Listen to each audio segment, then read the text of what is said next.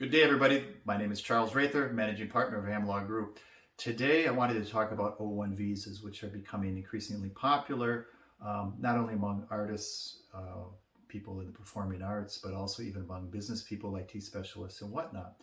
And we've been noticing a somewhat unpleasant, disturbing trend of increasing number of O-1 denials at the embassies. So how does O-1 work? You always have to file, regardless of where you are at the time, in the US or overseas. You have to file first with USCIS, you get an approval, and then if you're overseas or you later travel overseas and you need to get the visa to enter the US, you go to the embassy. And this is where problems sometimes get a bit sticky. Even though you have an approval from USCIS, doesn't guarantee you of getting a visa.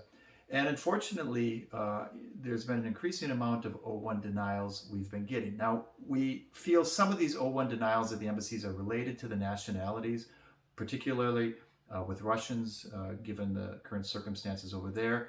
But it seems like it's going broader than just being limited to Russians and people in that region of the world. And I think the part of the problem is with the O-1, I think even consular officers don't know how to adjudicate it properly. We're seeing this increasing number of denials based on supposed immigrant intent that they believe our applicants or clients have.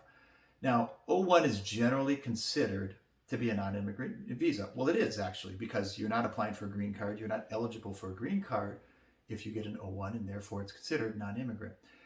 But increasingly, the consular officers are claiming that the applicant has to prove non-immigrant intent, that they're not planning to stay in the U.S., that they're planning to return back to their home country.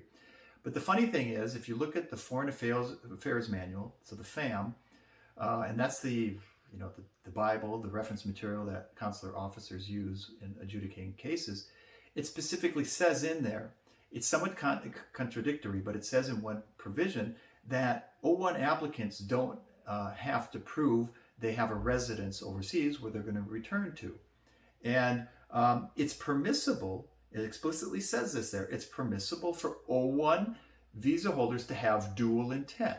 So they might plan to come, for a while as a non-immigrant, but they could also maybe have plans to become an immigrant. Other visas that have dual intent are also L1 and H1B. So it is contradictory. I believe that the instructions themselves are kind of confusing, and unfortunately consular officers are now erring on the side of just giving denials. If they have any suspicion that the client might have dual intent, might be planning to maybe immigrate at some point, they're just issuing the denials. Although I think that explicitly contradicts what's in the FAM and other regulations. So for you, the applicant, how can we protect you? Well, in light of this new trend that we're noticing, again, we're being more careful with our O-1 applicants. We're being more careful that they can prove, if this question comes up, that they are planning to return back home, even though I don't think they necessarily are obligated to do so. But it's not for us to make the rules. It's just up to us to follow them and stay within the rules, but also advancing our clients' interests. So we're working with clients to make sure that they can show ties back with their native country, their home country.